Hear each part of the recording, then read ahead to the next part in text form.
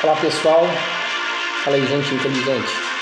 Hoje nós não comemoramos o dia do Halloween, mas nós comemoramos o dia da Reforma, o dia da Reforma Protestante, 31 de outubro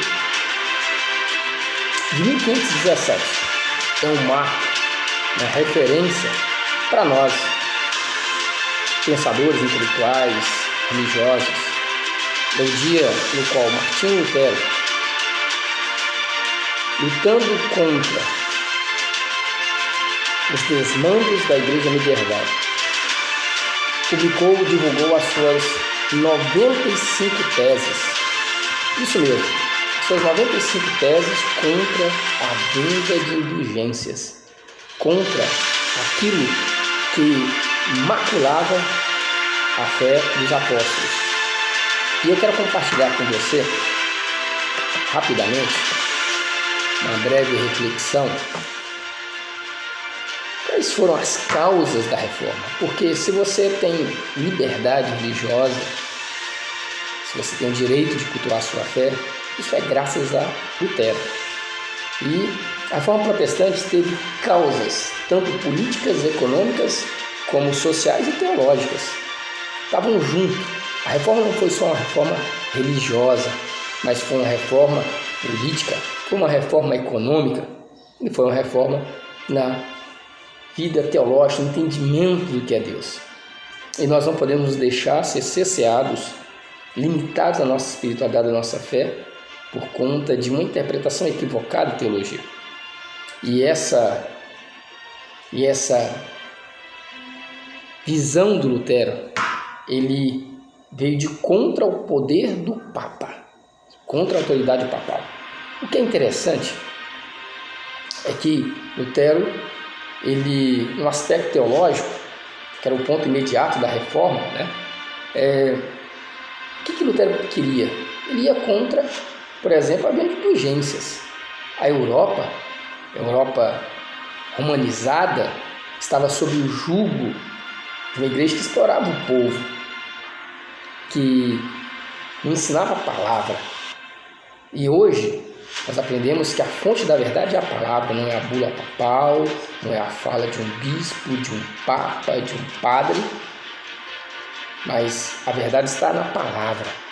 Sola Escritura, somente a Escritura. Somente a Escritura é fonte de verdade. E uma outra coisa muito interessante que nós podemos entender dentro desse contexto, que é uma coisa fantástica que nós precisamos entender, que é o seguinte: hoje você tem liberdade de você buscar Deus, e você clamar a Deus fora dos âmbitos de uma dominação religiosa. Tá? A autoridade papal, ela era muito forte, as pessoas não tinham liberdade religiosa, e quem não era romano, católico, era perseguido e era morto. E aí você tem também a perseguição às outras tradições religiosas, né? E aí o que a gente entende hoje, que nós não comemoramos Dia das Bruxas, Halloween. Hoje nós comemoramos a reforma, que mudou a maneira de pensar, a maneira de viver a fé espiritual. E nós temos grandes reformadores como John Wycliffe, João Hus, né? Também as coisas estão ligadas sim a uma questão política, porque existia uma série de reis, de nobres, né? E autoridades que estavam debaixo do poder do Papa. E essas pessoas encontraram em Martinho Lutero a possibilidade e a chave para se libertar do domínio papal. No âmbito econômico, por exemplo, o que a gente vê, né? O norte da Europa, isso é fantástico a gente aprender isso, né? O norte da Europa, onde havia muita insatisfação por parte do povo, porque cobrava muitos impostos. As pessoas pagam muito impostos. Uma coisa é o dízimo, outra coisa eram os impostos, que eram pagos e repassados à Igreja de Roma. E era praticamente exploração. Esse que é o contexto E Martim Lutero está dentro dessa realidade de insatisfação, de crítica à Igreja Católica. Crítica econômica, crítica política e crítica teológica, porque os desmandos, né, os absurdos da Igreja eram coisas terríveis. E quem era o Papa da época? O Papa da época era Leão X, que oferecia indulgência àqueles que pagassem pela salvação em dinheiro, para construir a Basílica de São Pedro. E ficou a cargo de um monge dominicano chamado Tetzel.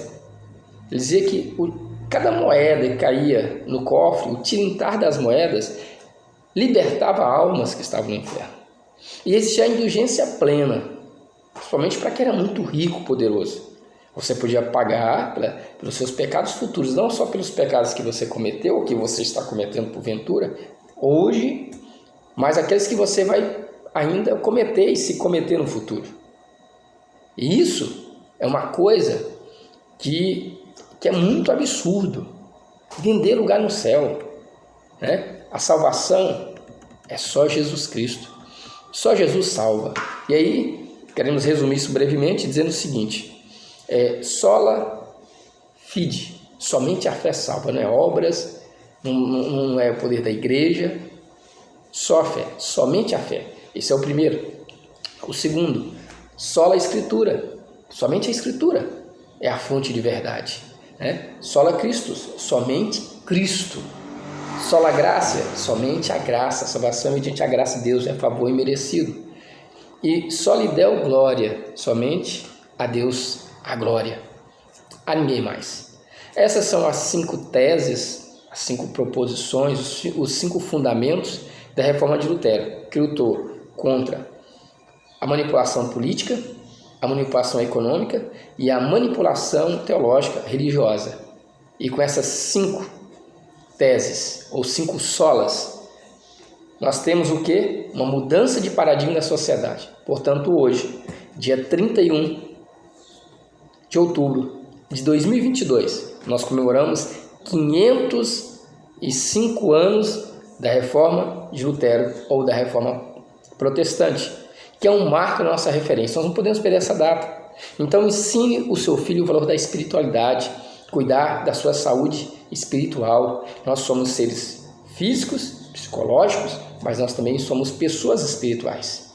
E essa dimensão tão importante da nossa vida está em falta na nossa época. Um mundo agnóstico, ateu, promíscuo, imoral, antiético.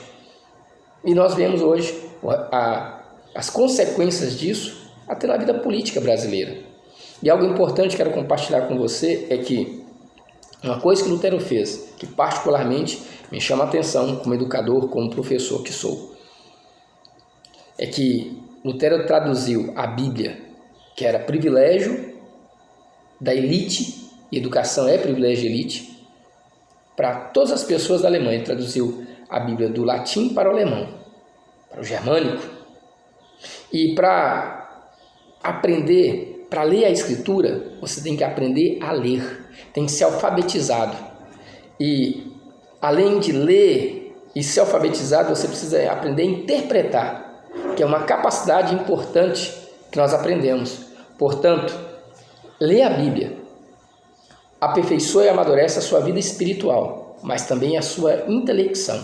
É por isso que o povo lá da Alemanha é um povo tão culto, a educação é tão avançada, porque as pessoas leem a Bíblia, as pessoas têm conhecimento, as pessoas sabem interpretar, as pessoas têm senso crítico. E isso é algo que está faltando à nação brasileira em muitos aspectos. E é por isso que nós precisamos ler a palavra de Deus, para crescermos espiritualmente e amadurecermos intelectualmente. Que Deus abençoe a sua vida e que tudo na sua vida vá bem em nome de Jesus. Eu te desejo sucesso e prosperidade em todas as áreas da sua vida. Que Deus conceda os desejos do seu coração. Hoje é dia da reforma protestante, não é dia de Halloween, não é dia das bruxas.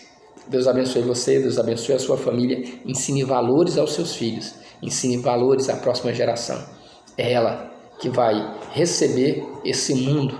Ensine valores, deixe legado. Em nome de Jesus, que Deus abençoe a sua vida.